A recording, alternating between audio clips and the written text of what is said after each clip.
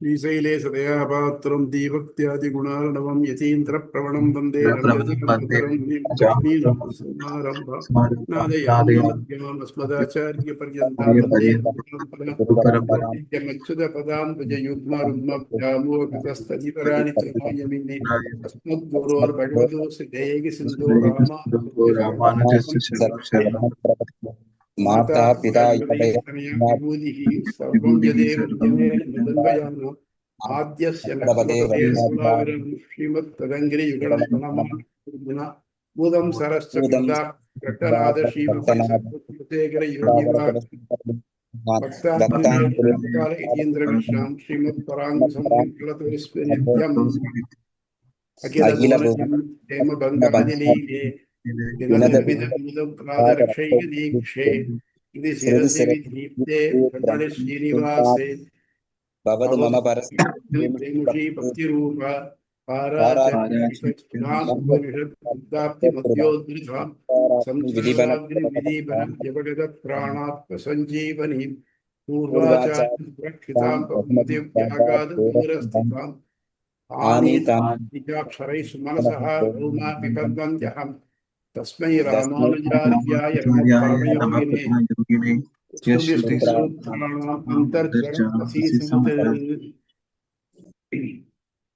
இந்த முதல் சாப்டர்ல ஸ்ரீபாஷத்து லட்சியம் என்ன அப்படிங்கிறத பார்த்தோம். அதாவது உலகத்துல அடையக்கூடிய எந்த ஒரு இன்பமா இருந்தாலும் எந்த ஒரு அச்சீவ்மெண்டா இருந்தாலும் அதெல்லாம் அல்பம் அஸ்திரம். நிலையான இன்பம் வேணும்னாக்க பிரம்மத்தை தான் அடையணும். அப்ப எது பிரம்மம்?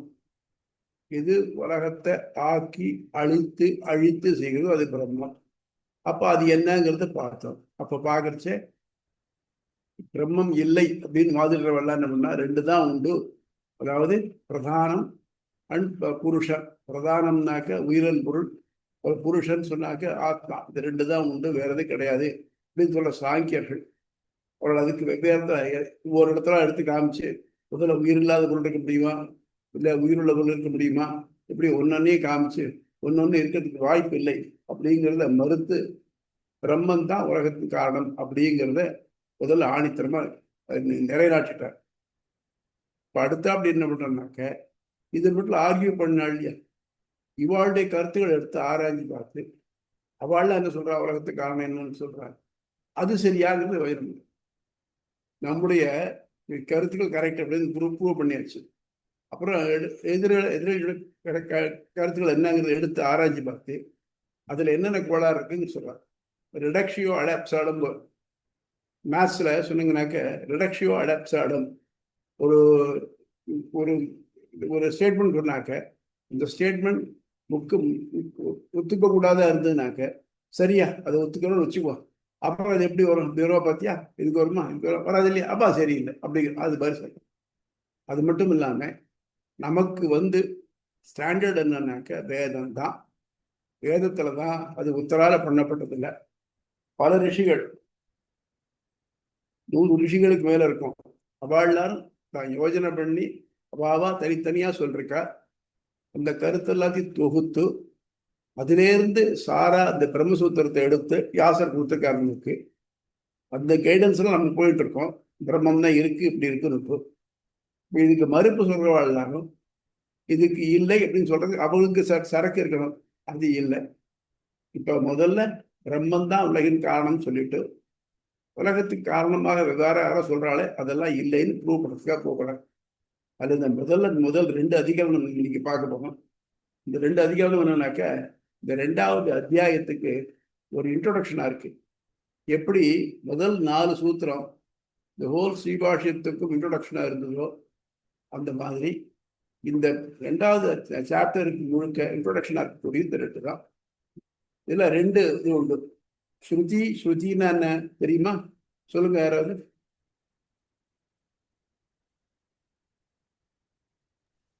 வேதம் காதால கேட்கப்படக்கூடியது.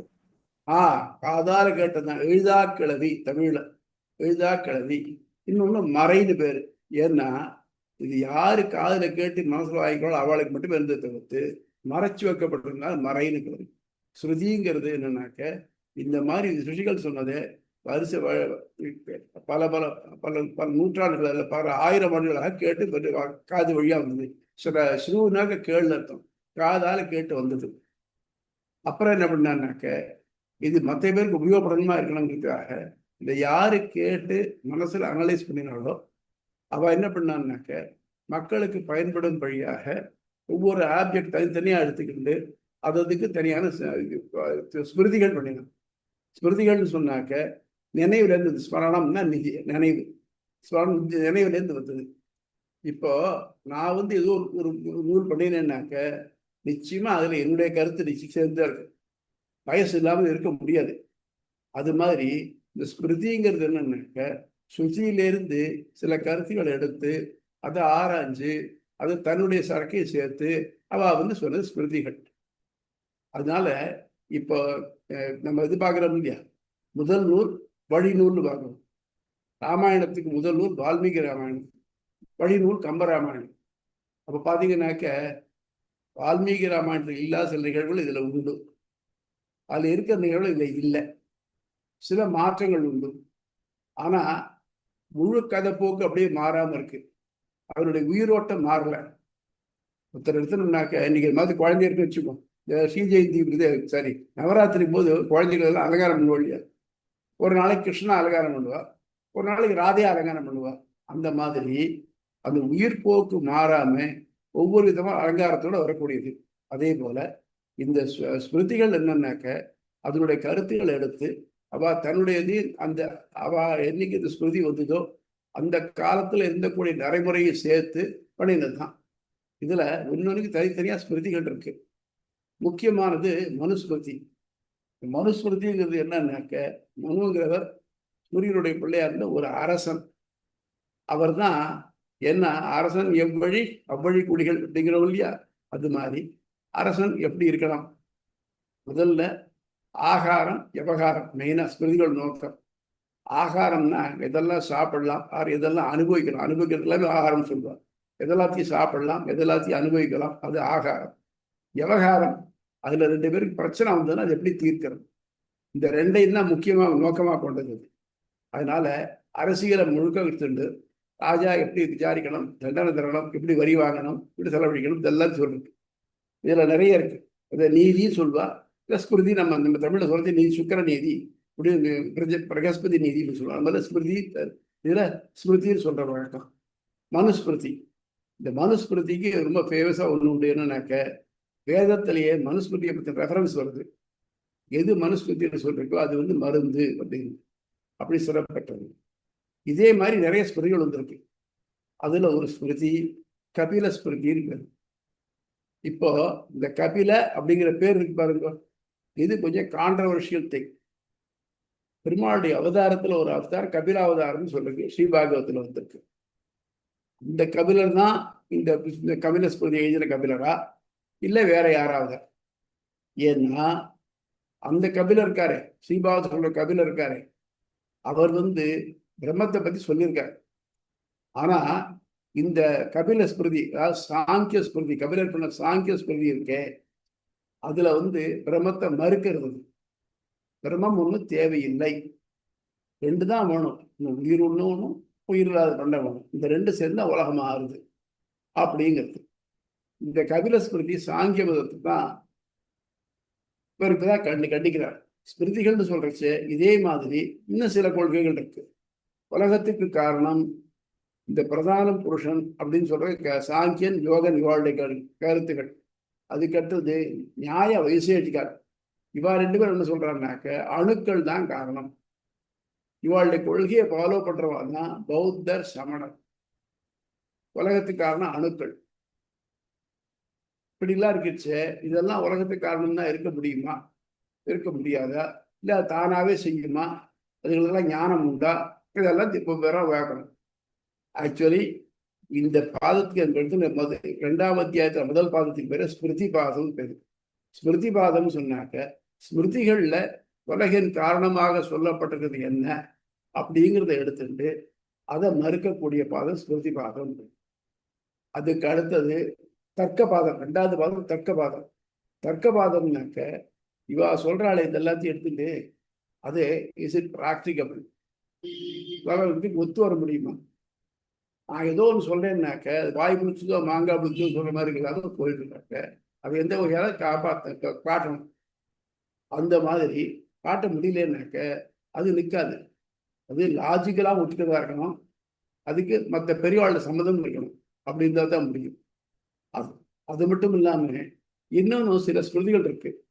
அந்த ஸ்மிருதிகளுக்கு நல்லா படித்த சான்றோர்களுடைய ஒப்புதல் கிடையாது. ஒண்ணுமில்ல, திருவழிச்சி தான் கம்பர் ராமாயணத்தை அரங்கேற்றத்துல பார்த்தாராக்க யாராட்டெல்லாமோ அப்ரூவல் ஆர்டர் சொன்னான். அந்த தில்லை 3000 மட்டும் நான் போய் அப்ரூவல் ஆர்டர் சொன்னான். தில்லையில 3000 தீட்சிதர் இருந்தா அவ எல்லாம்னா தமிழ் படிச்சுவா. அவள்லாம் இந்த ராமாயணத்தை ஒத்துட்டாளானாக்கா நாங்கள் ஒத்துக்கிறோம் அரங்கேற்றோம் அப்படின்னு சொன்னாங்க. அன்னைக்கு இருந்த நாதமுனிகள் அப்படிங்கிற பெரியவர். இந்த ஸ்ரீரங்கம் தான் அரங்கேற்றப்பட்டது, மண்டபம் கூட இருக்கு. அப்போ இந்த தில்லை 3000 பார்க்க போனாக்க அவ 3000 ஒருத்தர் ஒன்று சேர்றதே கிடையாது. எப்படி ஆர்டர் படிச்சு வாங்கிக்கிறது? பார்த்தாரு மறந்தும் போது வெறுத்து போய் பெருமாளை பிரார்த்திச்சுட்டு என்ன பண்றதுன்னு. பெருமாள் சொப்பனத்தை சொல்லலாம், நீ நாளைக்கு நான் வீட்டுக்கு வாங்க, அப்போ கம்பாயிராமல் வழி எடுத்துன்னு வா, அங்க வழி காட்டுறேன் அப்படிங்க. சரி போய் சேர்ந்தார். அங்க போனாக்க அந்த தீட்சிதருடைய பிள்ளைய குழந்தைய, ஒரு 10 வயசு குழந்தைய பாம்பு கடி செத்து போயிருக்கு. இந்த கண்டலன்ஸுக்காக எல்லாரும் வந்திருக்காங்க. இவர் அங்க எல்லாம் சேர்ந்திருக்கா இல்லையா? நான் இப்ப சொல்றேன், நீ பதில் சொல்றேன். நல்லா இருக்கேப்பா. இப்பதான் ஒரு குழந்தை இறந்திருக்காரு, வருத்தப்பட்டு இருக்கோம், இங்க வந்து சொல்றேன் அப்படின்னு. இல்ல இல்ல, என்னுடைய பாட்டு உண்மையான சரியான பாட்டு தான் சொல்றேன், ப்ரூவ் பண்றேன் பாருங்க உங்களுக்கு அப்படின்னு விட்டு அவர் கம்பராமாயணத்தை நாகபாச படலம்னு இருக்கு. இந்திரஜித்து பிரயோகப்பட்ட நாகபாசம் கருடனுடைய வரவால போச்சு. அந்த நாகபாச படலத்திலிருந்து எடுத்து பாடல் பாடி காட்ட அந்த எந்த பாம்பு கடிச்சோ அந்த பாம்பே வந்து அவனுடைய விஷத்தை எடுத்துட்டு போய் அந்த பிள்ளை உயிரிழந்துட்டான். உடனே எல்லாரும் கைத்து கொடுத்தா ஒரு செவி வழி செய்தி உண்டு. அந்த மாதிரி ஒரு பெரியோர்னு சொன்னாக்க அதுக்கு அத்தாரிட்டி வேணும். அது மட்டும் இல்லாம பெரியோர் சொல்றார் அப்படிங்கிறத எல்லாத்தையும் ஒத்துக்க முடியாது. யாரோ ஒரு பெரியவர் சொல்றார், இயற்கைக்கு மாறாத இல்லைன்னாக்க சட்டப்படி செல்லாதவன் சொல்றாருன்னா செய்வோமா? செய்யக்கூடாது இல்லையா? நீங்க அவ்வளவு பெரியவராச்சே, அவர் சொல்றாரு செய்ய வேண்டாமா அப்படின்னாக்க அப்படி இல்லை. அது இதுக்கு மாறா இருந்தா மாறா, நெற்றிக்கண்ணை காட்டினாலும் குற்றம் குற்றமே தான் அப்படிங்கணும். அதனால அந்த மாதிரி இவ்வளவு பெரியவர் கபிலர், எவ்வளவு பெரியவர், வேதத்திலே அவரை பத்தி போயிட்டு வந்திருக்கு. இந்த எந்த கபிலர்னு சந்தேகம். அதாவது ஒரு ரெண்டாவது ஒரு அனக்ரானிசம். அப்போ அவர் சொல்லியிருக்காரு, அவர் சொல்றத மறுத்தம்னாக்க அவருடைய கபில ஸ்மிருதிக்கு ஒரு நான் ரெகக்னைஸ் பண்ணதான் ஆகாதே, கெட்டு போவோமே அப்படின்னு தான். சரி சுவாமி, அவர் சொல்றத நம்ம எடுத்துட்டோம் வச்சுக்க, அதை தவிர்த்து கிட்டத்தட்ட ஒரு 7-8 ஸ்மிருதி இருக்கு. அதுல எல்லாத்துலையும் இந்த மாதிரி பிரதான புருஷன் காரணம் இல்லை, பரபிரமன் தான் காரணம் சொல்லியிருக்கேன். அப்ப அதெல்லாம் என்ன ஆகும்? இது ஒரு டெமோக்ராட்டிக் கண்ட்ரி. டெமோக்ராட்டிக் கண்ட்ரியா இருந்தாலும் நார்மலா 4 நாள் 8ன்னு எல்லாருக்கும் தெரியும். இந்த பார்லிமெண்ட்ல சட்டம் பாஸ் பண்ணி இன்னுமே 4 நாள் 9ன்னு சொன்னாக்க ஒத்துக்கோமா? என்னதான் இருந்தாலும் சுப்ரீம் லா மேக்கரா இருந்தாலும் சரி. அது மாதிரி இவ்வளவு பெரியவராக இருந்தாலும் இயற்கைக்கு மாறாகவும் வேதத்துக்கு மாறாகவும் சொன்னா ஒத்துக்கக்கூடியது அல்ல அப்படின்னு சொல்லி ஆர்வம் பண்ண போறோம். இப்ப அதுதான் இன்னைக்கு இருக்கிற சப்ஜெக்ட். நம்ம இதை படிக்கிற பாருங்க.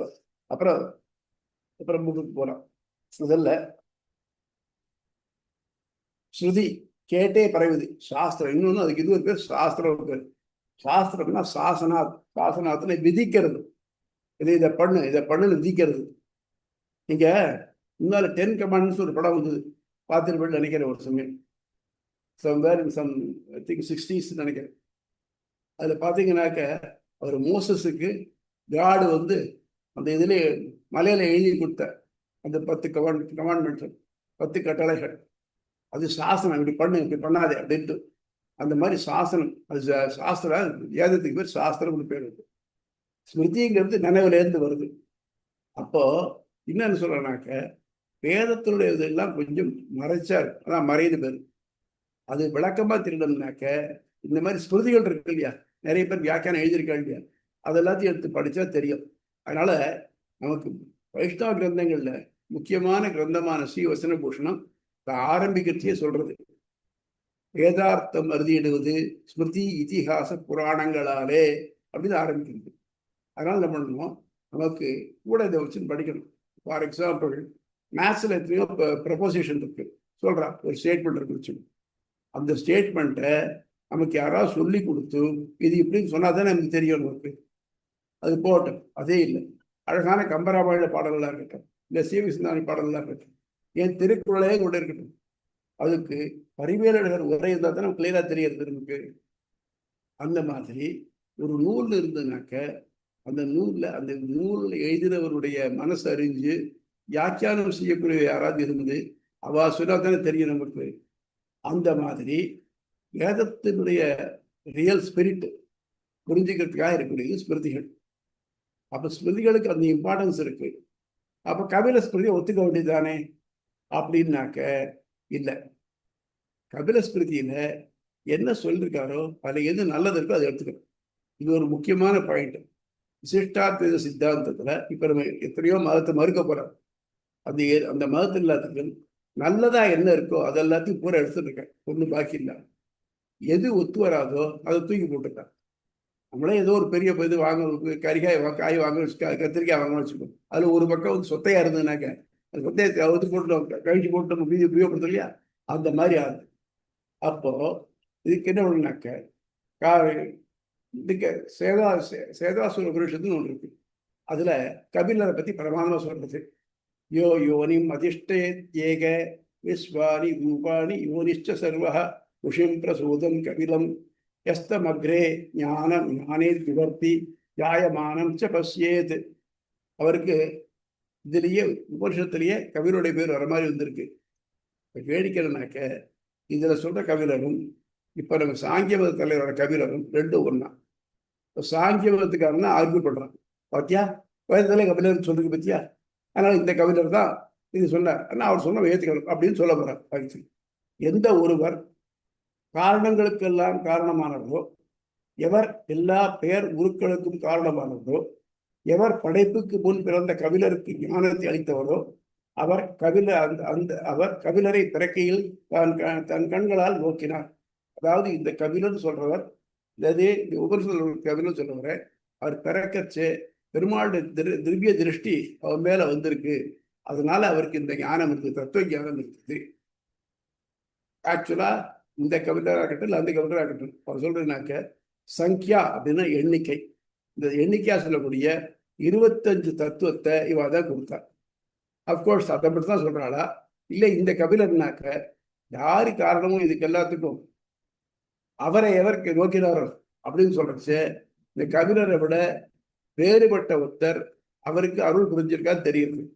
அந்த ஒருவர் தான் பரமாத்மா அப்படின்னு சொல்றாங்க. இல்ல பரமாத்மா கிடையாது அப்படிங்கிறது கபிலருடைய ஆர்குமெண்ட். இப்போ இந்த ஃபர்ஸ்ட் இதுல நாம அதை ஒத்துக்கிறேன்னு சொல்ல போறோம்.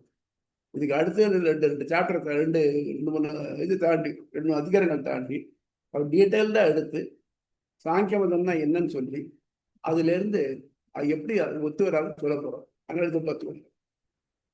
இப்போ இதுக்கு பெரியவா சொன்னா அப்படிங்கிற ஒரே காரணத்துக்காக ஒத்துட்டு விடலாம் அப்படின்னாக்க, இதுக்கு முன்னால ஒரு நிகழ்ச்சி இருந்திருக்கு.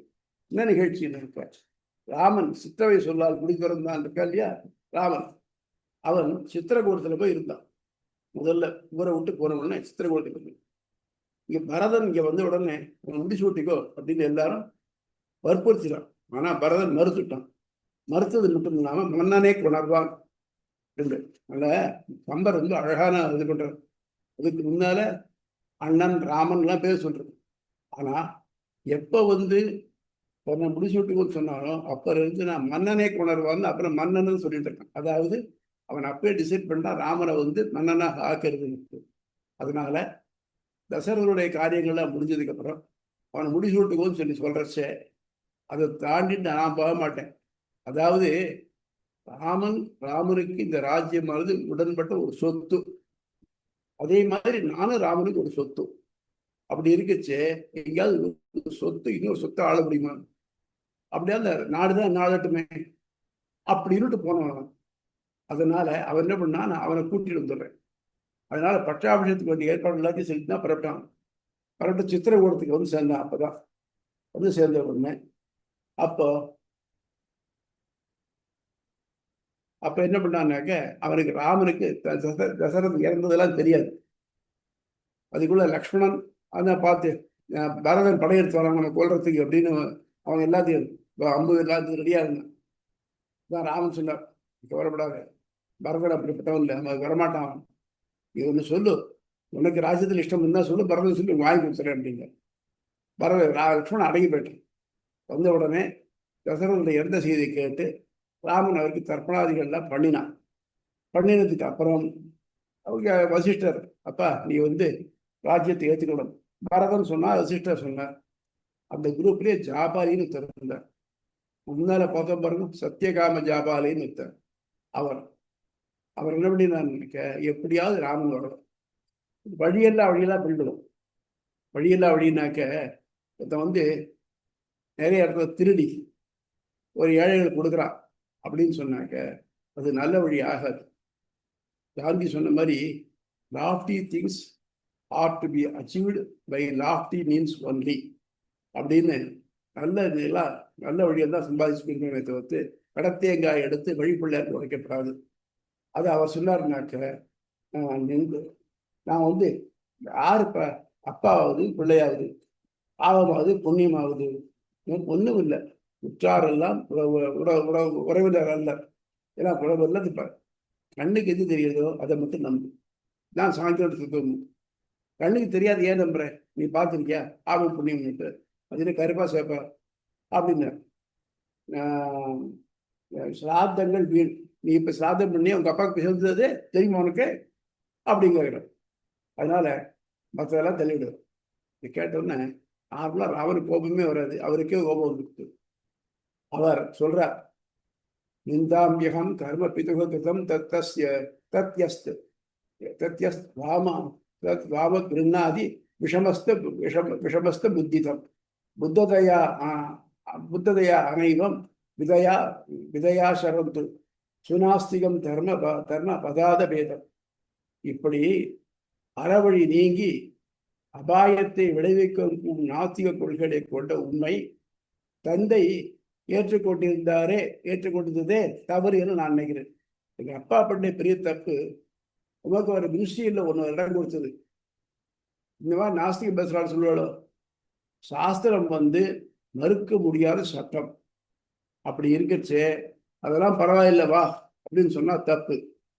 நம்ம இக்ஷ்வாகு வம்சங்கள், சூரிய வம்சத்துக்கார எல்லாரும் வாய்மைக்கு பெயர் போறவர்கள். அப்படி இருக்கச்சே நான் எங்க அப்பாட்ட 14 வருஷம் நான் காட்டுல இருக்கேன் சொல்லிட்டு இது பண்ணிட்டு ஒரு பிரதிஜை பண்ணிட்டு வந்திருக்கேன், அது இல்லாம நான் வரமாட்டேன் அப்படின்னு மறுத்துடுறார்.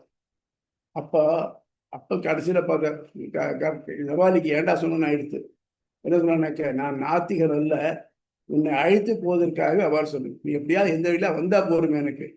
அவன் என்ன பண்றான், சில குழந்தைகளுக்கு பிடிவாதம் பிடிச்சதான் பூச்சாண்டிட்ட பிடிச்சி கொடுத்துருவேன் அப்படிங்கிற முடியாது. பூச்சாண்டி இல்லைங்கிறது குழந்தைக்கும் தெரியும், நமக்கும் தெரியும். இருந்தாலும் அது கொஞ்சம் பயப்படுறது பாருங்க, அதை வச்சு நம்ம உபயோகப்படுத்திக்கிற முடியும். அந்த மாதிரி அது ஒரு நிமிஷம்.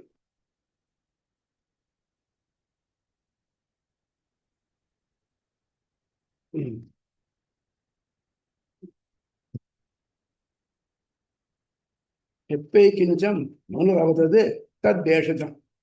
யஜுர் அஷ்டகத்துல 3வது அஷ்டகத்துல 2வது ஸ்லோகத்துக்கு சொல்றது என்னன்னாக்க, மனுவால் சொல்லப்பட்டது எதுவோ அது மருந்து. வியாதிக்கு மருந்து சாப்பிட்றோம், அந்த மாதிரி பெரிய வியாதி பிறவிங்கிற வியாதி, அதுக்கு மருந்து என்னன்னா மனு சொல்லியிருக்கார்.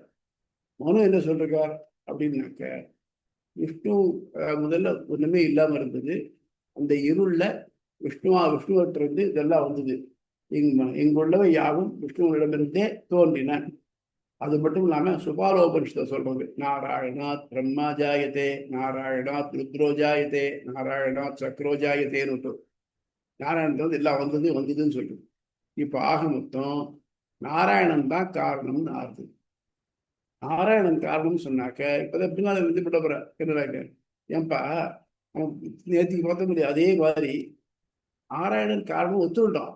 ஆனா எப்படி வந்து மரமே கச்சலாகவும் மரமே முடியாகவும் இருந்து அதுவே நாற்காலியாக மாறும். ஒன்றும் பொருள் காரணமாக இருக்கலாம், இல்லை செய்வோன் காரணமாக இருக்கலாம், இல்லை கருவி காரணமாக இருக்கலாம்.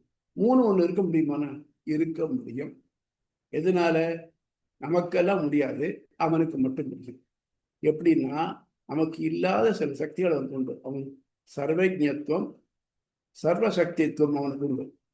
சர்வசக்தித்துவங்கிறதுனால அதனால இதெல்லாம் நம்ம என்னால் வர முடியாதுன்னு ஆக்க முடியும். அவனுக்கு இன்னொரு இது உண்டு, அகடித கடனா சாமர்த்தியம்.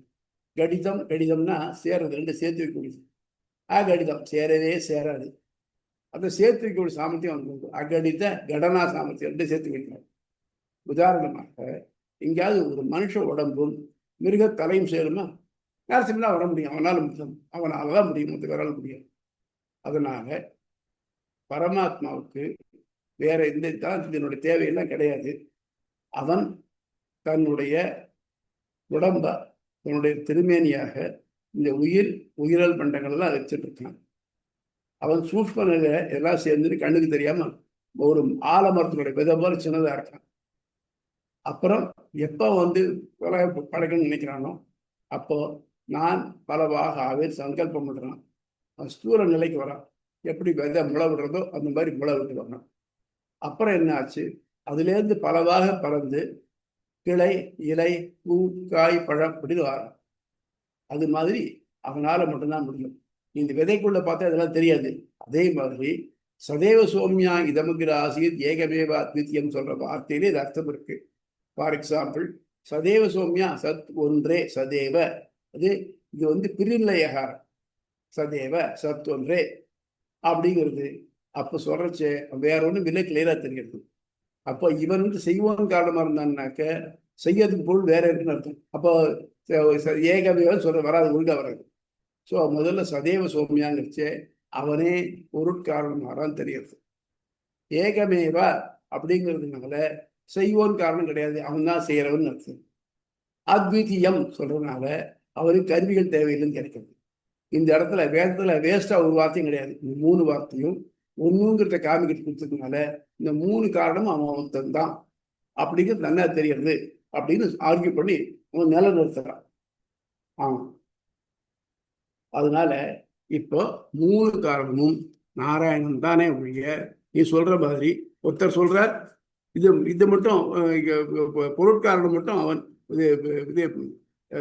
அவன் காரணமே இல்லை, ஏதோ இதாக இருக்கிறது. ஆனால் இன்னொருத்தர் பொருட்காரணம் அவன் செய்வோன் காரணம் மட்டும் ஒன்றும் பொருட்காரணம் இது பிரகிருதி அப்படிங்கிறார். அதெல்லாம் இல்லை அப்படின்னு 3 காரணம் அவனே தான் ஆனான் அப்படின்னு நிறுவுறார். இப்போ இந்த 2 அதிகாரம் நான் பார்க்குறேன். 2வது அதிகாரம் என்னுடைய கராலரி தான். அதை பார்க்குறோம். பேஜ் 149 அத்தியாயம் 2 அவிரோத அத்தியாயம், மாற்று கருத்துகள் மறுப்பு, ஸ்மிருதி பாதம். இந்த பாதத்துக்கு பேர் ஸ்மிருதி பாதம். வெவ்வேறு ஸ்மிருதிகளில் வெவ்வேறு ஏதாவது சொல்லிருக்கூடியது எல்லாத்தையும் எடுத்து அதெல்லாம் சரியில்லை அப்படின்னு சொல்ல போறேன். இக்காலத்தின் பெயரும் தொடரும்.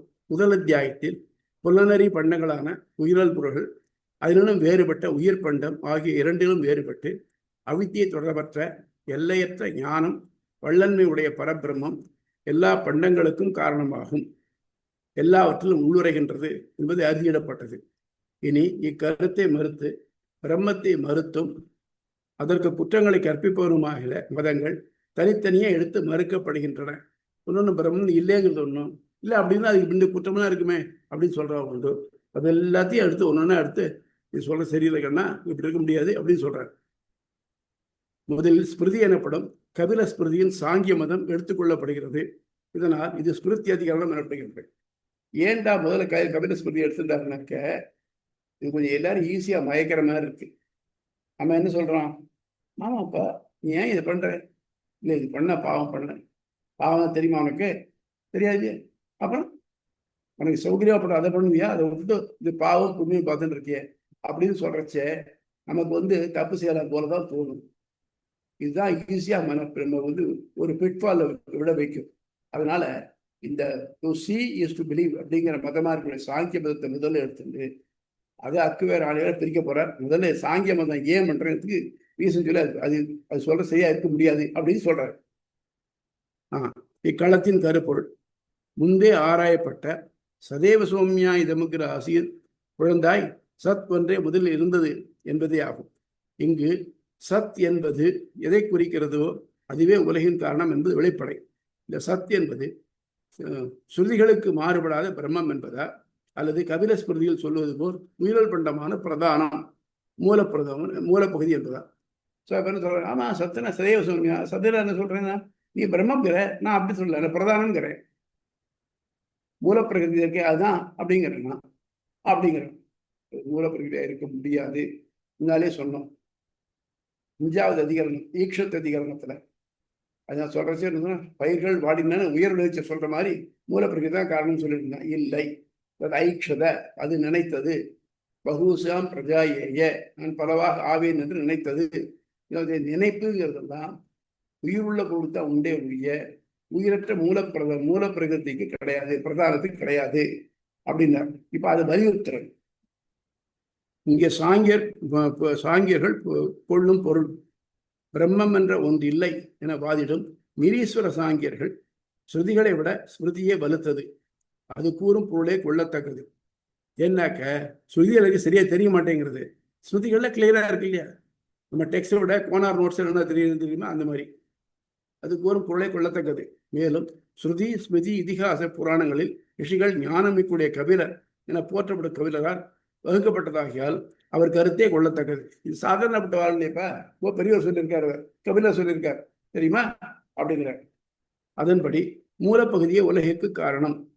இவ்விதம் கொள்ளாவிடில் சான்றோரான கபிலரின் ஸ்மிருதி பயனற்றதாகிவிடும். ஆகவே உலகின் காரணம் பரபிரம்மம் அல்ல, மூலப்பிரகிருதியே என பொருள் கொண்டனர். இக்களத்தில் உள்ள சூத்திரங்கள் அவற்றின் பொருளும் ஸ்மிருதி அனவகாச தோஷ பிரசங்க விதி சேன் ந அந்நிய ஸ்மிருதி அனவகாச தோஷ பிரசங்க. நீ கபிலருடைய ஸ்மிருதி தான் இது எடுத்துனாக்க அதே மாதிரி நிறைய 18 ஸ்மிருதி இருக்கு, மற்ற எதுலையும் இந்த மாதிரி சொல்லலை. இந்த ஒன்று எடுத்துட்டாக்க மற்ற பேர் சொல்ல அவா சொல்ற தப்புன்னு ஆகும். அப்போ அவா சொல்ற தப்பு நீ கபில சொல்லியா, அப்போ மனு வந்து சாதாரணமா இன்னொருத்தர் இல்லையா, தக்ஷஸ்மிருதி இல்லையா அப்படின்னு கேட்குறாங்க. மூலப்பகுதி தான் உலகின் காரணம் என்று கொள்ளாவிடில் புகழ்மிக்க கபிலரால் இயற்றப்பட்ட ஸ்மிருதி பயனற்று போகும் என்று வாதிட்டால் அப்படி அல்ல. இதை மட்டும் ஒப்புக்கொள்வதால் இதை ஒத்த மற்ற ஸ்மிருதிகள் யாரும் தள்ள நேரிடும் என்பதால். அதனால என்ன ஆகும், சரி இவ சொல்லிட்டோம்னாக்க அப்போ மற்றதெல்லாம் வேஸ்டா போகும். ஸ்மிருதி வீணா போகுது, என்ன மற்ற ஸ்மிருதி வீணா போறதே, ஒரு ஸ்மிருதியை தள்ளுறதா இல்லை மீதி 17 ஸ்மிருதி தள்ளுறதா அப்படிங்கிறத பார்க்கச்சு 17 ஸ்மிருதியை ஒத்துக்கிண்டு இது ஒன்று தள்ள முடியும். இதரேஷாம்ச அனுபலப்தேகே, இது தவிர்த்த வேற ஸ்மிருதிகளை செய்த சான்றோர்களும் கூட கபிலரை போலே புகழப்பட்டிருப்பதாலும் அவர்களுடைய கருத்துக்களும் தள்ளதக்கல்ல. அதில் என்ன பண்றாருனாக்க, எனக்கு கபிலர் தான் பெருசுன்னு சொல்லியிருக்கேன், இதே மாதிரி மனு தான் சொல்லியிருக்காங்க, மற்ற ரிஷிகளையும் சொல்லியிருக்காங்க, ஆபஸ்தம்பர் சொல்லியிருக்காங்க. இந்த மாதிரி சொல்றதுக்கு இவாளுடைய ஸ்மிருதிகளை முத்துன்னு தானே ஆகணும், கபிலர் தான் புகழ்பெற்றவர மற்ற பேர் இல்லையா அப்படிங்கிற. இதற்கு எம்பெருமானார் தரும் விளக்கம், ஸ்மிருதிகளோ அல்லது ஸ்ருதியும் கூட கட்புலனாவதற்கு மாறாக உரைக்குமானால் தள்ளத்தக்கதே ஆகும். ஐயா ஒத்துக்கொள்ளக்கூடிய லாஜிக்கலா இல்லைன்னாக்க அது தள்ளத்தக்கதாகும். மனுவின் கருத்துக்களுக்கும் ஸ்ருதிகளிலேயே எஜுர் காடகம் 3:2 எது மனுவால் கூறப்பட்டதோ அது மருந்து என சிறப்பிக்கப்படுகிறது. மனு கட்புலனாக இருளாக இருந்தது என துவங்கி பகவான் தன் உடலில் நின்றும் பல பிராணிகளை படைத்தான் என்கிறார். இதே கருத்து கீதை 7:6, 10, 8, 18, 46, பாரதம் சாந்தி பர்வம் மோட்ச தர்மம் 8:1, விஷ்ணு புராணம் 1:1, 31, 5:26, 1வது அம்சம் 1வது அத்தியாயம் 31வது ஸ்லோகம், ஆபஸ்தம்ப தர்மசூத்திரம், தக்ஷஸ்மிருதி மேலும் வலியுறுத்தப்படுகின்றன. கீதை, விஷ்ணு புராணம் ஆகியவற்றில் வேறு தேவதைகளை ஆராதிப்பதும் அவைகள் நாராயணனையே ஆராதிப்பதால் அவனை அடைகின்றன என்பது வலியுறுத்தப்படுகிறது. சொல்றா இல்லையா, சர்வதேவ நமஸ்காரம் கேசவம் பிரதிகிச்சதி அப்படின்னு எந்தெந்த தேவதை நீ வணங்கினாலும் அது நாராயணனே போய் சேர்கிறது. கீதையிலே பெருமாளே சொல்றார், நான் வந்து எல்லா தேவதைகளும் என்னால் படைக்கப்பட்டிருக்கிறது, அவளை வணங்கம் தப்பு ஒன்றும் இல்லை, வணங்கலாம், அவாளுக்கு உள்ள அளவுக்கு அவள் தெரிய முடியும்.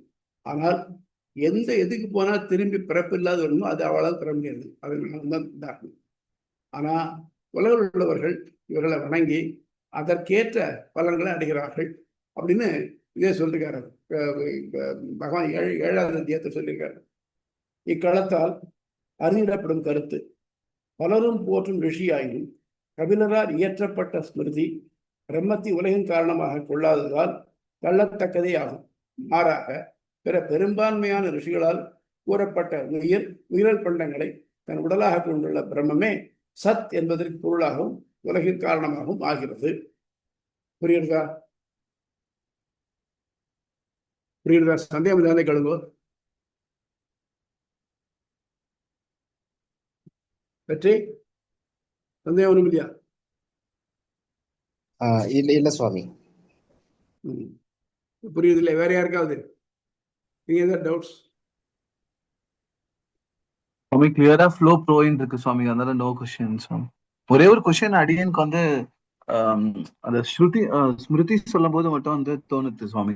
சில நேரங்கள்ல இப்ப நம்ம ஷண் மதத்துல இருக்கக்கூடிய இந்த ஸ்மிருதிகள் வெவ்வேறே இருக்குல்ல சுவாமி. ஃபார் எக்ஸாம்பிள் சிவ புராணம் இருக்கு, வராக புராணம் இருக்கு. அந்த மாதிரி நிறைய ஷண் மதத்துக்கும் சப்போர்ட் பண்ற மாதிரி வந்து 18 புராணங்கள் இருக்கு. அதுல வந்து இப்ப வந்து பாத்தீங்கன்னா இப்ப வால்மீகி ராமாயணம் கம்பராமாயணத்தை பத்தி தேவரீர் சொல்லிட்டு இருக்கும் பொழுது இப்ப அந்த மாதிரி ஷண்மதத்துல இருக்கக்கூடிய புராணங்கள்லயும் வந்து பாத்தீங்கன்னா ட்வீக் இருக்கா அப்படின்னுட்டு, அதாவது அவங்களுடைய இதை ஸ்தாபிக்கிறதுக்காக வந்து ஸ்மிருதிகள்ல வந்து ட்வீக் பண்ணப்பட்டிருக்கா அப்படின்னு கேள்வி சொல்லுங்க. முதல்ல நீங்க ஸ்மிருதியை மட்டும் சொல்லுங்க. புராணங்கள்ல நிச்சயமாக எந்தெந்த தேவதையை உயர்த்தி சொல்லணுமோ அந்த தேவதையை பத்தி மட்டும்தான் சொல்லியிருக்கு. இதுல இந்த மாதிரி இல்லாம பொதுவா ஒரு கேள்வி கேட்டு அதுக்கு பதில் சொன்ன புராணம் விஷ்ணு புராணம் ஒண்ணுதான். அதான் முதல் புராணம், எல்லாராலையும் அக்செப்ட் பண்ணப்பட்ட ஒரு புராணம். அந்த விஷ்ணு புராணத்துல மைத்ரேயர் பராசரரை பார்த்து கேட்கிறார், எங்க இருந்து இந்த உலகம் தோன்றித்து, எதுல நிலநிற்கிறது, எதுல போய் ஒடுங்கும் அப்படின்னு ஆரம்பிக்கிறார். அப்படின்னு ஆரம்பிச்ச உடனே அவர் காரணம்லாம் சொல்லணும் வந்து கடைசியில் விஷ்ணுன்னு சொல்லி முடிக்கிறார். மற்ற புராணங்கள் இருந்துனாக்க ஃபார் எக்ஸாம்பிள் அக்னி புராணம் இருக்கு. அதுல பாத்தீங்கன்னாக்க அக்னியோட பெருமை என்ன, கேள்வி என்ன, அக்னி பெருமை என்னன்னு. அக்னி பெருமை என்னன்னாக்க அக்னி பத்தி தானே சொல்லணும். அதுல நகினிந்தா நியாயம், நகினிந்தா நியாயத்துல சொல்லுவாங்கனாக்க, அதாவது இன்னொருத்தரை தாட்சி சொல்ற அர்த்தம் இல்லை, ஆனா இதை முயற்சி சொல்றதுக்காக மற்றதை தாழ்ச்சி சொல்ல வேண்டியிருக்கு. ஃபார் எக்ஸாம்பிள் நீங்க ஏதோ ஒரு பொருள் வாங்க போறீங்கன்னு வச்சுக்கோங்க. ஒரே மாதிரி அவங்க 10 பொருளை கொடுத்தாங்கனாக்க நீங்க அதுல ஒண்ணு செலக்ட் பண்றீங்க. ஏன் செலக்ட் பண்றீங்கன்னு சொன்னாக்க, இல்ல அது இன்னும் அவருக்கு கொஞ்சம் ஒரு பொட்டு விட்டுருக்க மாதிரி தெரியுது, இது கொஞ்சம் ஷேடு குறைச்சலா இருக்க மாதிரி தெரியுது அப்படிங்கிறோம் இல்லையா? அது கலர்ல அர்த்தம் இல்லை. ஆனால் இது அதை விட இது பெட்டர் சொல்றதுக்காக சொல்றோம்னே சொல்றது. அந்த மாதிரி மற்ற புராணங்கள்லாம் இருக்கு. அதனாலதான் விஷ்ணு புராணத்துல மட்டும்தான் அந்த குறை இல்லை. கேள்வி வந்து வெரி கிளியர். எதுல இருந்து இந்த உலகம் தோன்றித்து, எதுல நிறைவேற்றிருக்கு, எதுல அடங்கிறது அப்படின்னாக்க அதுல இருந்து வருது. அதனாலதான் விஷ்ணு எம்பெருமானாரும் மற்ற எந்த புராணத்தையும் எடுத்துக்கல, ஸ்ரீபாகவத்தை எடுத்துக்கல, விஷ்ணு புராணத்திலையும் கூட கதை பகுதியெல்லாம் எடுத்துக்கல. விஷ்ணு புராணத்துல கூட எந்த இடத்துல பிலசாபிக்கல் டாக்ஸ் வருதோ அதை மட்டும்தான் எடுத்துருக்கேன். ஆகவே புராணங்கள்ல அவ்வளவு தூரம் நம்பகமா எடுத்துக்க முடியாது. ரைட். மற்ற ஸ்மிருதிகளுக்கு போறோம். இந்த ஸ்மிருதிகளை பார்த்தோம் இல்லையா? இப்போ கபில ஸ்மிருதி பார்த்தோம், பார்த்துருக்கோம் இல்லையா? அதே மாதிரி பிரம்மாவுடைய இது பண்ணின ஒரு ஸ்மிருதி ஒன்று இருக்கு, கௌதம ஸ்மிருதின்னு இருக்கு. அதே மாதிரி பதஞ்சலி ஸ்மிருதி, அக்ஷபாத ஸ்மிருதி நிறைய இருக்கு. இந்த ஸ்மிருதிகள் எல்லாம் என்ன பண்றாங்க, அபாவா தங்கள் தங்கள் கருத்துக்களை சொல்லியிருக்காங்க. இந்த கருத்துகள் வேதத்தோட ஒத்து போறதா, உலக வழக்கோட ஒத்து போறதா? ஒத்து போனா அதை எடுத்துக்கோ, இல்லைன்னா விட்டுடும். உங்களுக்கு நல்லா கிளாரிங் எக்ஸாம்பிள் சொல்லணும்னாக்க, அபாவோட கருத்துக்கள் ஒன்று இருந்தது. அந்த கருத்துக்கள்லாம் பின்னால ஒத்துக்கொள்ள முடியலன்னா தள்ளிட்டோம். உதாரணத்துக்கு பார்த்தீங்கன்னாக்க கெமிஸ்ட்ரியில ஒரு ஒரு கருத்து இருந்தது. இது 17ஆம் நூற்றாண்டு, 16-17ஆம் நூற்றாண்டுல இருந்தது. பிளாஜிஸ்டன் தியரின்னு சொன்னான். அதாவது ஏன் ஒரு பொருள் சாலிடா இருக்கு, ஏன் மற்ற பொருள்லாம் இந்த பவுடரா இருக்கு, இல்லை லிக்விடா இருக்கு. அப்போ மொத்தம் ஒரு பாஸ்டுலேட் பண்ணார், இந்த சாலிடா இருக்கிற பொருள் அதுலையும் பிளாஜிஸ்டன் ஒன்று இருக்கு, அதுதான் எல்லாத்தையும் இறுக்கி பிடிச்சுட்டு இருக்கு. இப்போ நம்ம சோத்துக்கு காங்கிரீட் போட்டு கட்டுறோம் இல்லையா, அதில் செமெண்ட்டு மணல் தண்ணீர்லாம் சேர்ந்து இருக்கு இல்லையா, இதெல்லாம் சேர்ந்தா நிற்கிறது இல்லை அப்படிங்கிற மாதிரி அதையும் அவன் சொன்னாரான். ரொம்ப நாளைக்கு ஒத்துட்டு இருந்தாங்க. ஏன்னா அப்போ இந்த இடப்படக்கூடிய தராசு வசதி கிடையாது. இடப்படக்கூடிய தராசு வசதி வந்தது. அப்போ ஒரு யங் சயின்டிஸ்ட் என்ன பண்ணான்னாக்க இன்குசிட்டிவா முதல்ல ஒரு குரூசிபிள், ஒரு சின்ன கப் மாதிரி ஒன்று இருக்கும், அந்த கப் மாதிரி அது எடை போட்டுட்டான். அப்புறம் அதில் கொஞ்சம் மக்னீஷியத்தை போட்டான். இப்போ ரெண்டாவது எடை போட்டான். மக்னீஷியத்தை எடை கிடைச்சிடும் இல்லையா. இப்போ அந்த மக்னீஷியத்தை கொளுத்தி விட்டாக்க அது பிரகாசமாக எரிஞ்சு சாம்பல் ஆயிடுது. இப்போ என்னாச்சு, முன்னால் மக்னீஷியம் இருந்தது, சாலிடாக இருந்தது. இப்போ மக்னீஷியத்தினுடைய சாம்பல் இருக்கு, கிரம்பிள்டு பீசஸாக இருக்கு. பிளாஜிஸ்டன் தியரி எப்படி பார்த்தா என்ன ஆகணும், அதுலேருந்து பிளாஜிஸ்டன் வெளியில் போயிருக்கணும். பிளாஜிஸ்டன் வெளியில் போயிட்டானாக்க அவருடைய எடை குறையணும். ஆனால் எதிர்பார்ப்புக்கு மாறாக அவருடைய எடை அதிகமாக இருந்தது. உடனே நீ சொல்றியா தியரி தப்பாச்சு அப்படின்னாக்க பிளாஜிஸ்டனுக்கு நெகட்டிவ் வெயிட் உண்டு. இந்த முட்டாத்தனத்தை சில பேர் நம்பிட்டு இருந்தான் கொஞ்ச நாளைக்கு. அதுக்கப்புறம் தான் தெரிஞ்சுது அது காற்றுல இருக்க ஆக்சிஜன் எடுத்துக்கிட்டு மக்னீஷியம் ஆக்சைடாக ஆறுது, அதனால வெயிட் ஜாஸ்தியாக இருந்தது. அதுக்கு பெரிய நிறைய எக்ஸ்பிளனேஷன்ஸ் எல்லாம் நிறைய உண்டு. அது மாதிரி ஒரு காலத்து என்ன பண்ணோம்னாக்க நமக்கு ஒருத்தர் சொல்ற ஸ்டேட்மெண்ட்டை அரசி பார்க்கறதுக்கு வழி இல்லைன்னாக்க அது சரின்னு ஒத்துட்டு இருக்கணும். ஆனால் எப்போ அது நமக்கு டீட்டெயில்டாக அனலைஸ் பண்ண முடிஞ்சுதோ அப்போ தப்புனா தள்ளி விடுறான். ஆனால் அதுக்காக தியரியை இழுத்து மூட்டிட்டு இல்லை. அதே மாதிரி தான் டால்டன்ஸ் தியரி. டால்டன் சொன்னார்னாக்க ஆட்டம்ஸ் ஆர் இன்டிவிசிபிள். ஒவ்வொரு எலிமெண்ட்டுக்கும் ஒரு ஆட்டம்னு ஒன்று இருக்கும், அதை மேலே பிரிக்கவே முடியாது அப்படின்னு. ஆனால் ஆட்டம்ஸ் ஆர் டிவிசிபிள் பின்னால் ப்ரூவ் பண்ணி காமிச்சிட்டேன். அது மாதிரி ஒன்று என்னாச்சுன்னா இப்போ இதெல்லாம் அப்ட்ராக்ட் தியரி சார். ஏன்னா பிலாசபி கூட அப்ட்ராக்ட் தியரி. அதனால அவாவா என்ன பண்ணுறா, அவளுக்கு அறிவு கட்டு நம்மள பார்த்து இதுதான் தியரி, தேர்ட் தியரி. எனக்கு அது மறுக்கிறதுக்கு வழி இல்லைன்னாக்க ஐ ஜஸ்ட் அக்செப்ட் இட். எப்போ இன்னொருத்தர வசதியோட இருந்து மறுத்து காமிக்கிறதுல நான் அது தெரியாத ஒத்துருக்கேன். அதான் நடந்துருக்கு இப்போ. அதான் சொல்றேன். புரியுதா சுவாமி? சுவாமி அடுத்தது சுவாமி சொல்லுங்க. சுவாமி, இது சாங்கி சூத்திரத்திலேயே நம்ம இந்த கருத்து வந்தது. அதை நம்ம போன சாப்டர்ல இதை டிஸ்மிஸ் பண்ணிடுறாரு. கரெக்டுங்களா? இப்போ அந்த சாங்கி சூத்திரத்திலிருந்து வந்த அந்த கபிலரே எழுதின கபில ஸ்மிருதியில அதே பாயிண்ட் தான் வருது, மறுபடியும் அதைவே மறுக்கிறாரு. ஏன் 2 டைம் இந்த இதையே பண்ணணும்? இப்போ முதல்ல சொன்னதெல்லாம் நம்முடைய பாஸ்டுலேட், நம்முடைய தியரியை நிலைநிறுத்துறதுக்காக சொன்னது. இப்போ இன்னொருத்தர் தியரி சொல்றா இல்லையா, உலகத்துக்கு காரணம் வெவ்வேறுன்னுட்டு அவ சொல்லிருப்பாளா இல்லையா. ஃபார் எக்ஸாம்பிள் சொல்ல இல்லையா, இதுல பைபிள் என்ன சொல்றது, God created heaven and earth அப்படின்னு ஆரம்பிக்கிறது இல்லையா.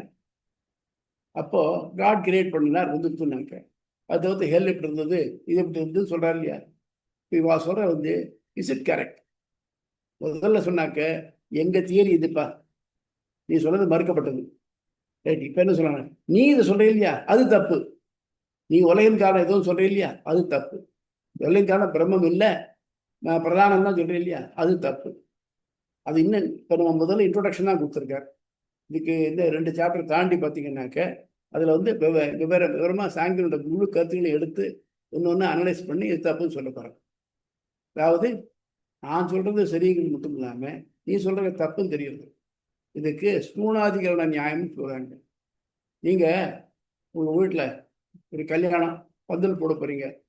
முதல்ல பந்தக்கால் நாட்டுகளை ஒரு நாள் பார்த்து டைம் பார்த்து நாட்டின உடனே அதை நல்லா அழுத்திட்டு அதை ஆட்டி பார்ப்பீங்க, ஆடாமல் இருக்காங்க. ஸோ முதல்ல அதுக்கு போட்டு கெட்டிச்சாச்சு, அப்புறம் ஆடாமல் இருக்கான்னு பார்க்கணும் இல்லையா, அதுதான் வழக்கம். ஐயா நான் சொல்றது நீ ஒத்துக்கல இல்லையா, இல்லைப்பா இது மட்டும் சொல்லிட்டேன், இப்போ நீ சொல்ற இல்லையா அது தப்பு பாரு, நான் காமிக்கிறேன் பாரு அப்படின்னு. அதனால தான் 2வது திருப்பி எடுத்துக்கிறேன். இந்த சாங்கியர்கள் விடவே மாட்டாங்க. கடைசி மட்டும் இது ஆர்கியூமெண்ட்டே வராங்க. சாங்கியர்கள் மீமாம்சர்கள் 2 பேரும் விடாமல் ஆர்கியூமெண்ட்டே வர கிட்டத்தட்ட 3 சாப்டர் முடிய ஆர்கியூமெண்ட்ஸ் வந்துட்டு. சரியா தேங்க்ஸ் சுவாமி, புரியுதா? சுவாமி ஒரு புரியுது. நிமிஷம். ஸோ இஸ் ரீஇன்ஃபோர்சிங் அதே பாயிண்ட்டை அவர் ரீஇன்ஃபோர்ஸ் பண்றாரு. கரெக்டுங்களா சுவாமி? ரீஎன்ஃபோர்ஸ் பண்றோம், தேங்க்ஸ். அவ்வளவுதான்.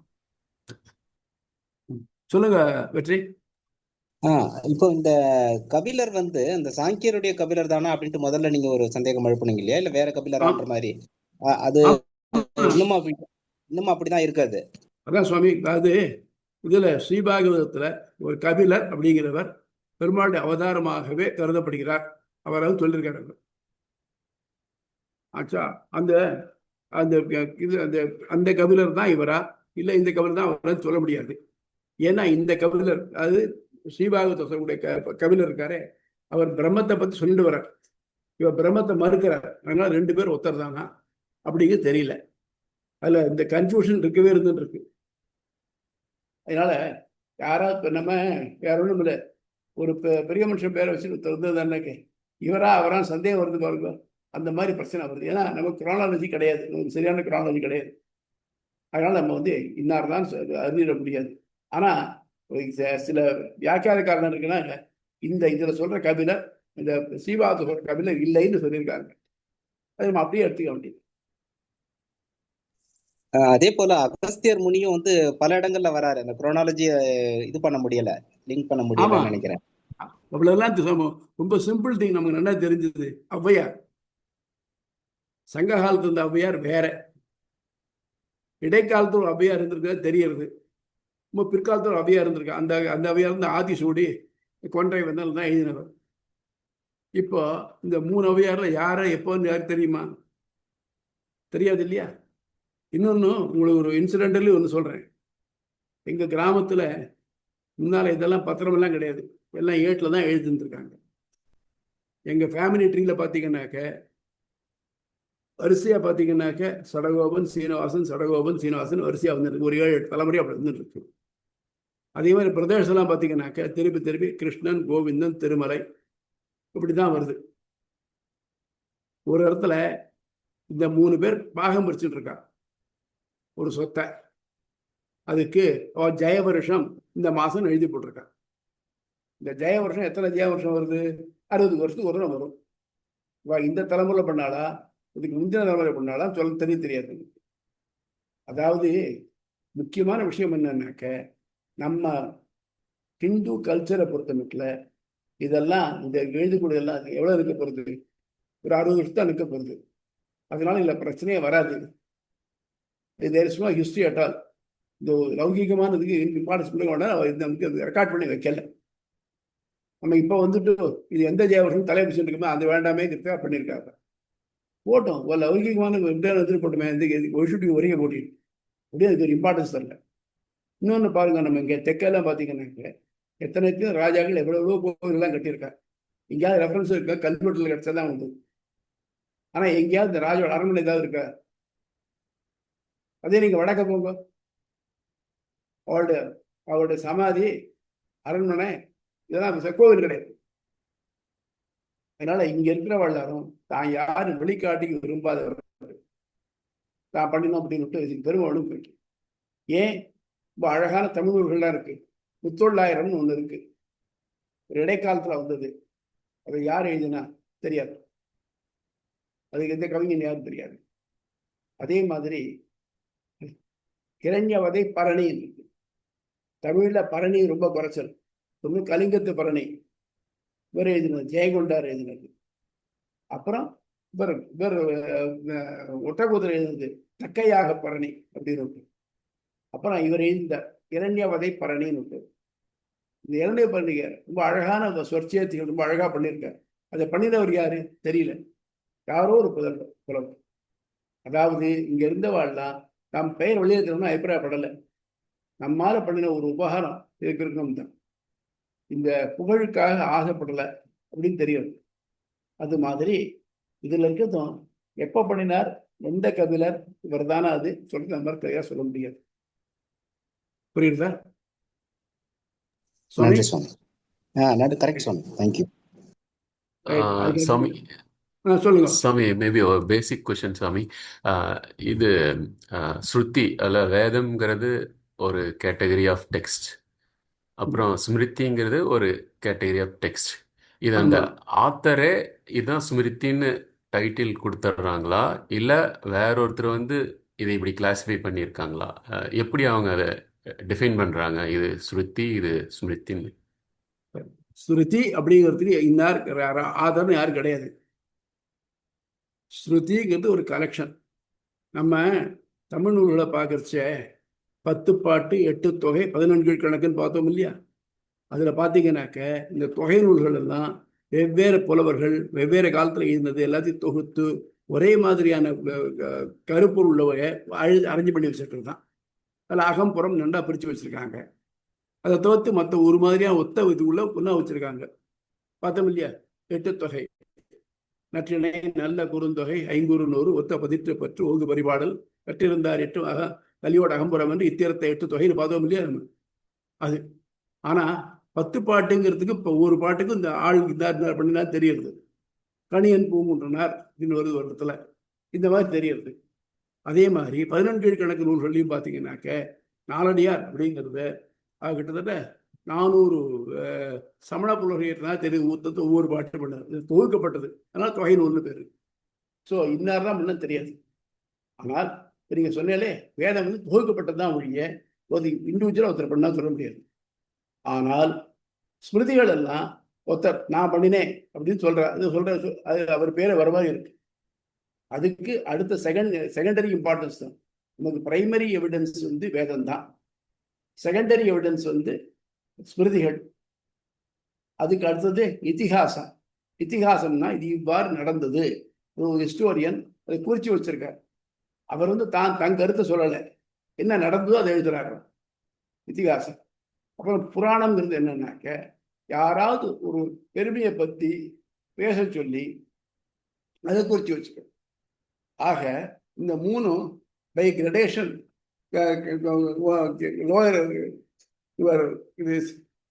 லோயர் கிரேட்ல வரக்கூடியது. முதல்ல ஸ்ருதி, ஸ்மிருதி, இதிகாசம், புராணம் உண்டு. ஸோ நமக்கு ஏதாவது சான்று வேணும்னாக்க ஸ்ருதியில் சொல்லிருக்கிற சான்று பிரமாதமானது, ஃபர்ஸ்ட் கிரேட். அதுக்கு அடுத்தது இப்படி இப்படின்னு வருது. வீடு எவிடன்ஸ் கொடுக்குறாங்க இல்லையா? எவிடன்ஸ் 1 எவிடன்ஸ் 2 அப்படின்னு கொடுக்குற மாதிரி இருக்குது. புரியுதா? மனுஸ்மிருதி, தக்ஷஸ்மிருதி, பிரஜாபதி ஸ்மிருதி, அதுக்கு இன்னொரு நீதின்னு பேர் ஒன்று, சுக்கிர நீதி, யாழ நீதி, இதெல்லாம் இருக்கு. சரிதா சுவாமி? புரியுது சாமி. அது அது தொகுக்கப்பட்டப்பவே இது ஸ்மிருதின்னு பேரும் கொடுத்துட்டாங்க, எழுதினப்பவே கொடுத்துட்டாங்க. ஸ்ருதிங்கிறது துவக்கப்பட்டது, ஸ்மிருதிங்கிறது ஒருத்தர் பண்ணினது, இண்டிவிஜுவலா ஒருத்தர் பேரோட பண்றது. சரியா? ஓகே சாமி. ஓகே சாமி. பேஜ் 151 போக்திர பிரத்யுக்தி அதிகரணம். இப்போ முன்னால் ஒன்று பார்த்தோம் இல்லையா? அதே மாதிரி இன்னொன்று வந்துருக்கு. அதுக்கு என்ன வழி, அதான் இதுக்கு வழி. அதனால் திரும்பி பெரிய ஆர்குமெண்ட் எல்லாம் வேண்டாம், அது தள்ளுவா தள்ளும் அப்படின்னு சொல்றார். யோகவாத மறுப்பு களம். இக்களத்தின் பெயரும் தொடர்பும். முன்றைய களத்தில் விஷ்ணுவின் அவதாரமான கபில மகரிஷி நிறுவிய சாங்கிய கொள்கைகளும் வேத கருத்துடன் மாறுபடுவதால் தள்ளத்தக்கதே என்ன நிரூபித்தார். அதுதான் ஒரு முக்கியமான பாயிண்ட். பெருமாளே வந்து வேதத்துக்கு மாறா சொன்னா ஒத்துக்கிறது இல்லை, சொன்னா கேட்க மாட்டோம். வேதம் இருக்கா, அதான் அத்தாரிட்டி அப்படின்னு. இக்காலத்தில் முதல் படைப்பான பிரம்மனால் போதிக்கப்படும் யோக ஸ்மிருதியும் வேதங்களுடன் உடன்படுவதால் தள்ளப்படும் என்று நிறுவப்படுகிறது. இது எதுக்காக வந்ததுனாக்க சில கதைகள்லாம் இருக்கு. அதாவது சில பேர் அவளுக்கு சயின்டிஸ்ட் வச்சுங்க. இந்த சயின்டிஸ்ட் இப்போ இருக்குது ப்ரெசன்ட் டே கான்செப்ட்ஸில் சயின்டிஸ்ட் ரொம்ப பிரமாதமான சயின்டிஸ்ட் ஒருத்தர் இருக்கார். அவர் என்ன பண்ணுறாருனாக்க இதுக்கு மேலே கண்டுபிடிச்சுட்டே போகிறார். இந்த கண்டுபிடிக்கிறத வச்சுக்கிண்டு அவர் உலக அழிவுக்கு பண்ணினாருனாக்க அவரை வந்து ஏற்றுக்கலாமா? முடியாது இல்லையா? அப்போ என்ன பண்ணணும், அவர் வழி மற்ற பேர் போகாமல் தடுக்கணும். அப்போ என்ன பண்ணணும்னாக்க அந்த சயின்ஸ் பூரா பொய், ஏற்றுக்கொள்ளத்தக்க காரணத்தோடு நிறுவனாக்க மற்ற பேர் அவரை ஃபாலோ பண்ண மாட்டா, அவர் ஒருத்தரை மட்டும் டீல் பண்ணிக்கிறதுக்கு ஈஸியாக இருக்கும். அந்த மாதிரி சில வேத கருத்துக்களை எடுத்துக்கிண்டு அவள் அதனாலேயே நல்லா ஊறி போய் இந்த வேதத்தோட சத்தை வச்சுக்கிண்டு மற்ற பேர் எதுக்க வந்தார். இந்த திருபுராந்தர்கள் அசுரர்கள் இந்த மாதிரி வந்து சொல்லுவார். நிறைய பேர் அந்த மாதிரி நல்லா படித்து இது பண்ண அசுரர்கள் தான். ஆனால் அவ மனசுல தவறு வந்தா தான் தண்டிக்க முடியும், அதை தண்டிக்க முடியாது. ராவணனை எத்தனையோ தப்பு பண்ணாலும் வர நிறைய வாங்கி வச்சிருக்கான், வேதமெல்லாம் படிச்சிருக்கான். இருந்தாலும் அவன் பண்ணக்கூடாத ஒரு தப்பு பண்ண ஒண்ணுதான் அவனை கொல்ல முடிஞ்சது. அதே மாதிரி மற்ற பேர் அவன் வழி போகாம இருக்கிறதுக்காக இந்த மாதிரி சில அவதாரங்கள் எடுத்து சில பேரை தூண்டி விட்டு அவனை கலைக்கிறது. அதுதான் இந்த மாதிரி ஒரு ஸ்மிருதிகள். பிரம்மனால் போதிக்கப்படும் யோக ஸ்மிருதியும் வேதனுடைய முரண்படுவதால் தள்ளப்படும் நிறுவப்படுகிறது. உலகின் முக்காரணம் பிரம்மமே ஆகிறது என்பதை மறுத்து மூலப்பகுதி பொருட்காரணம் ஈஸ்வரன் செய்வோன் காரணம் மட்டும் என்னும் யோக மதத்தோர் கூற்று ஆராயப்படுகிறது. இவன் என்ன பண்றான்னாக்க பிரம்மங்கிறத ஒத்துக்கிறான், சாங்கியனுடைய ஒரு மாடிஃபிகேஷன் தான். என்ன பண்றான்னாக்க ஆமா, அப்ப சாங்கியத்துப்படி என்னன்னாக்க 25 சதுர்த்தி தெரிஞ்சுக்கோ, அதை ஷனிட்டம், அதை விட்டுட்டேன்னா அதான் முக்தி. அப்புறம் என்ன லாபம் உனக்கு? நான் சும்மா வந்து இருக்கிறதுக்காக ஒண்ணுமே இல்லாம இல்ல நீ ஈஸ்வரன் போய் அடைஞ்சிடும், அந்த இடத்த போய் அடைஞ்சிடும், அது முக்தி, அங்க உனக்கு வேண்டியதெல்லாம் கிடைக்கும் அப்படிங்கிற மாதிரி ஒன்று சொன்னான். இது அவனுடைய மாடிஃபிகேஷன் தான். அது அந்த யோக ஸ்மிருதி ஈஸ்வரன் செய்வோன் காரணம் மட்டும் நம்ம பார்க்குறோம் இல்லையா, பொருட்காரணம் வேற, செய்வோன் காரணம் வேற. அது மாதிரி என்ன பண்ணினாக்க ஈஸ்வரன் செய்வோன் காரணம் தான், பொருட்காரணம் மூலப்பிரகிருதி தான், ஆகவே உலக மூலப்பிரகிருதி தான் அப்படிங்கிறது. இக்காலத்தில் யோக மதத்தோர் முன்வைக்கும் வாதம் ஈஸ்வரன் குறைகள் அற்றவன், உலகு முக்குண சேர்க்கையால் குறைபாடு உள்ளது, 2 காரணம் ஒன்றாக இருக்க இயலாது. ஆகவே பிரம்மம் செய்வோன் காரணம், அதினின்றும் தனித்து வேறுபட்ட மூலப்பகுதியை பொருட்காரணம். திருப்பி அதான் சொல்றான், பிரம்மத்துக்கு குறையே கிடையாதியா, உலகத்துல குறை நிறைய இருக்க. அவர் சொல்றதே அகிலேயே பிரத்யேகன்னு சொல்றீங்க, பிரம்மத்துக்கு உலகத்தை தாழ்ச்சி இல்லாத குணமுடையவன்னு தான் சொல்லணும். அப்படி இருக்குச்சு, அவன் பண்ணியிருந்தாக்க எல்லாருனா தானே இருக்கணும், ஏன் இல்லை, அதனால அவன் காரணம் இல்லை அப்படிங்கிறது அவ ஆர்குமெண்ட். ஏதேன யோக பிரத்யுக்தா, முந்தைய சூத்திரத்தில் கபில ஸ்மிருதியை மறுத்த காரணத்தை கொண்டே யோக ஸ்மிருதியும் மறுக்கப்பட்டதாகிறது. இக்காலத்தால் ராமானுச நிறுவு கருத்து குழந்தாய் பிரம்மம் ஒன்றே இரண்டற்றதாக என்பதாலேயே இது வேறுபட்ட காரணம் இருக்க இயலாது என்பது வேத முடிவு. ஆகையால் இக்கருத்து முற்றிலும் மறுக்கப்படுகிறது. புரிகிறதா? கிட்டத்தட்ட 2 ஒண்ணுதான், ஆனா 2 டிஃபரெண்ட் ஆஸ்பெக்ட்ஸ். அவன் வந்து சாங்கிய ஸ்மிருதி, இது வந்து யோக ஸ்மிருதி. ஸோ இந்த 2 ஸ்மிருதியும் இதனால் தள்ளப்பட்டதாகிறது. புரியுதா? ஏ டவுட்ஸ் உண்டா? வெற்றி டவுட் தான் உண்டா? யோக ஸ்மிருதின்றது வந்து இப்ப நம்ம நார்மலா பேசுறோம் இல்லையா, யோகம், அந்த மரபு சம்பந்தப்பட்டதா இது? அதாவது அந்த யோக ஸ்மிருதி அதான் ரா பாயிண்ட். அதுக்கப்புறம் நிறைய மாடிஃபிகேஷன் ஆயிருக்கு. எப்படின்னாக்கா இந்து மதம் எவ்வளவு மாடிஃபை ஆயிருக்கு, புத்த மதம் எவ்வளவு மாடிஃபை ஆயிருக்கு. அந்த மாதிரி மாடிஃபை இன்னைக்கு யோகம்ங்கிறது என்னன்னாக்க இந்த பிரவர்த்தகர், இந்த யோக ஸ்மிருதி பிரவர்த்தகர் பதஞ்சலின்னு பேரு.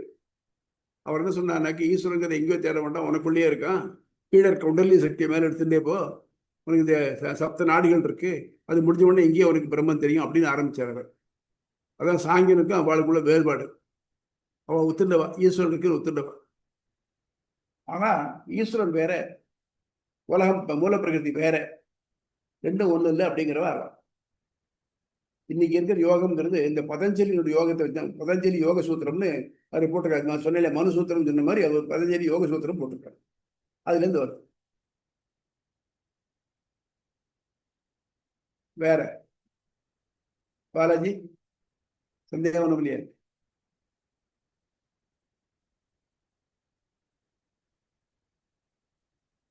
ஜமீலா உங்களுக்கு சந்தேகம் இருக்கா? இல்ல சுவாமி. அஷ்டாங்க யோகம், அஷ்டாங்க யோகம் அப்படிலாம் சொல்லப்படுற அந்த எல்லா யோகத்தையுமே வந்து அந்த ஜீவனே இறைவனா ஆகிறான், ஈஸ்வரனா ஆகிறான் அப்படின்றத அதெல்லாம் இது வரக்கூடியதுதான். இந்த யோக ஸ்மிருதி சொல்றாரு, இதுல பிரம்மாவோட தோற்றுவிக்கப்பட்டது அதனுடைய மாடிஃபிகேஷன்ஸ் தான் இன்னைக்கு இருக்கிற யோகம். பதஞ்சலி யோக சூத்திரம் அதுல இருந்து வந்தது தான். புத்த மதம் எப்படி தோணித்து, இப்ப எப்படி இருக்கு பாருங்க, கம்ப்ளீட்டா மாறி போயிருக்கு பாருங்க. அந்த மாதிரி அப்ப இருந்ததுக்கு இப்ப மாறி போய் ஒரே ஒரு விஷயத்துல இந்த எல்லா பிலசாபிக்கல் சிஸ்டம்ஸும் டைம் ப்ரோவனா இருக்கணும். நம்ம சொல்லக்கூடிய இந்த சிஸ்டம் தான் இத்தனை பல நூற்றாண்டு காலங்களாக மாறாமல் இருக்கு. மற்ற எல்லாத்துக்கும் நிறைய மாறுபாடுகள் வந்துட்டே இருக்கு. அதனாலதான் அதெல்லாம் நிக்கலை. எவ்வளவு வேகமா வந்து புத்தம் இந்தியா பூரா பரவித்து அதே மாதிரி அழிஞ்சும் எடுத்து. சரியா? இந்த Anything else? யோகங்கள் இந்த சொல்லுங்க. யோகங்கள் எல்லாம் உடலை பராமரிக்கிறதுக்கும் ஒரு முக்கியமான விஷயமா இன்னைக்கு பேசப்படுது. ஆமா ஆமா ஆமா ஆமா.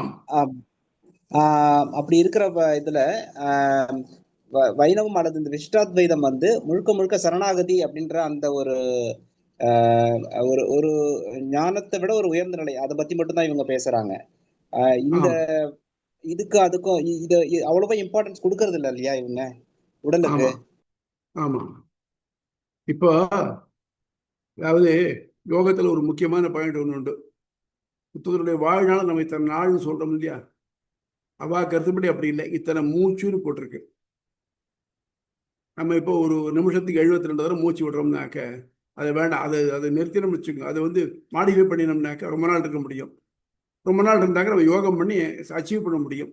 அப்படிங்கிறதுக்காக சில மருந்துகள் வகைராக்களை சாப்பிட்டு இது இருக்கிறவா இருந்துட்டு இருக்கா. ஆனா எதுக்காக வருது? அது உடம்பை போஷிக்கிறதுக்காக. நம்ம விசிட்டாவது சொல்றோம், நம்ம புண்ணிய பாவங்களை விட்டுட்டு சரணாகதி அடைஞ்சவன் இந்த பிறவியிலேயே மோட்சத்துக்கு போறான். ஸோ மோட்சம் தான் முக்கியம் தோன்றுறது. அவன் என்ன சொல்றான், எப்படா போக போறோம், எப்போ போக போறோம் காத்துட்டு இருக்கான். ஸோ இவன் வாழ்நாள இறைவனோடலாம் ஷார்ட் ஆக்கிக்கணும்னு பார்க்குறான். அவன் என்ன சொல்றா, வாழ்நாள் நீட்டிச்சுக்கணுங்கிறான். புரியுது அந்த ரெண்டுக்குள்ள வித்தியாசம்?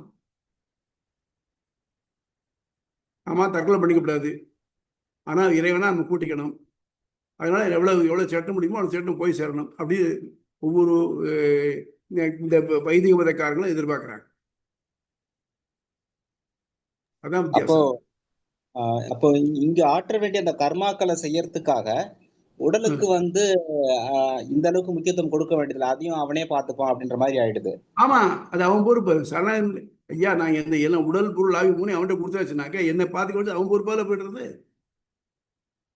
நீங்க ஃபார் எக்ஸாம்பிள், நீங்க வந்து ஒரு ஆடு இல்லை மாடு வளர்க்குறீங்கன்னு வச்சுக்கோ, அதுக்கு வேண்டிய எல்லாத்தையும் நீங்க தானே பார்த்துக்கிறீங்க. அதுக்கு தீவனத்துலேருந்து ஆரம்பிச்சு அதுக்கு ஏதாவது உடம்பு குழவா இருந்தா வெட்டரி டாக்டரை கூட்டின்னு போய் எல்லாம் பண்றீங்கல்ல.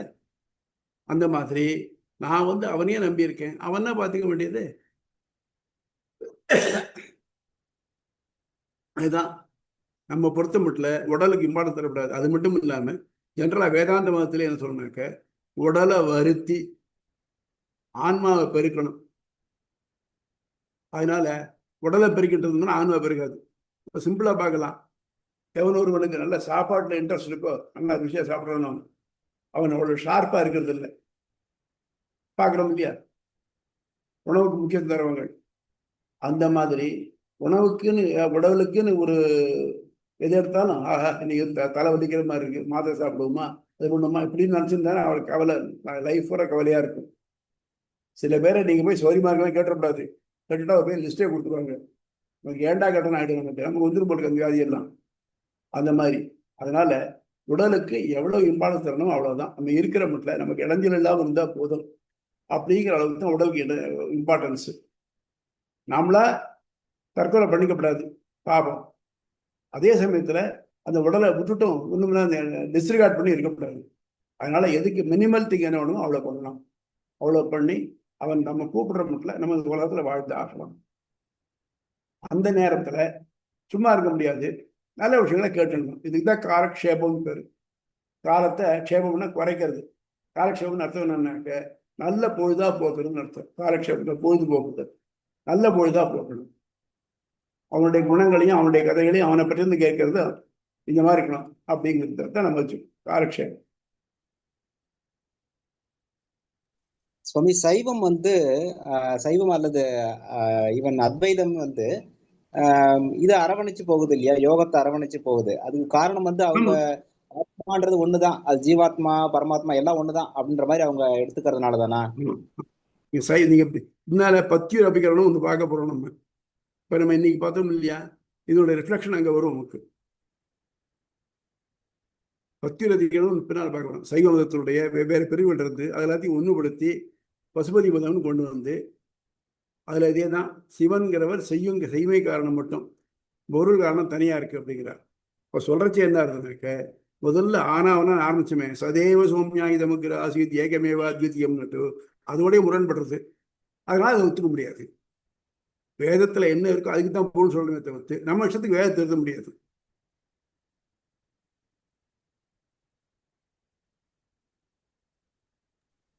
வேதத்துல வேற எங்கேயும் யோகம் எல்லாம் வரல, இது மட்டும் தான் இந்த ஸ்மிருதியில தான் வருது.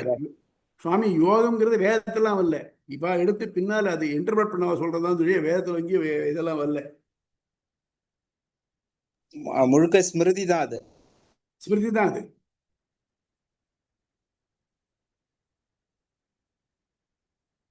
அடியன் சுவாமி. அடியன். வேற ஏதாவது டவுட்ஸ் யாருக்காவது? இதுக்கு டீட்டெயில்ஸ் நீங்க பின்னால இந்த அனெக்ஷன்ல கொடுத்துருக்க பாருங்க, அது கொஞ்சம் பார்த்துட்டு எல்லாம் தேவையில்லை. இது பார்க்கறதுக்கு கொஞ்சம் சௌரியமா இருக்கும். இங்க பக்கம் 428 29 பாருங்க. அதுல பாத்தீங்கன்னாக்க இது எல்லாத்தையும் ஒரு ஒப்பு நோக்கு கொடுத்துருக்கேன், அதை பார்த்துட்டீங்கன்னா தெரியும்.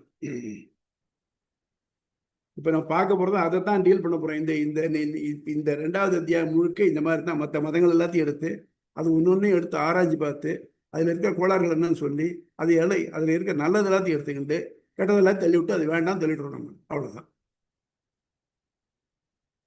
புரியுதா? ஓகே. ஸோ ஆழ்வார் எம்பெருமானார் தீயர் திருவிழே சொல்லணும், ஆச்சாரிய திருவிழே சொல்லணும், எம்பெருமானார் திருவிழே சொல்லணும். தஸ்மை ராமானுஜாரியாய நம பரமயோகினே எஸ்ருதி ஸ்மிருசூத்ராணம் அந்தர்ஜ்வரம் அசீசமது.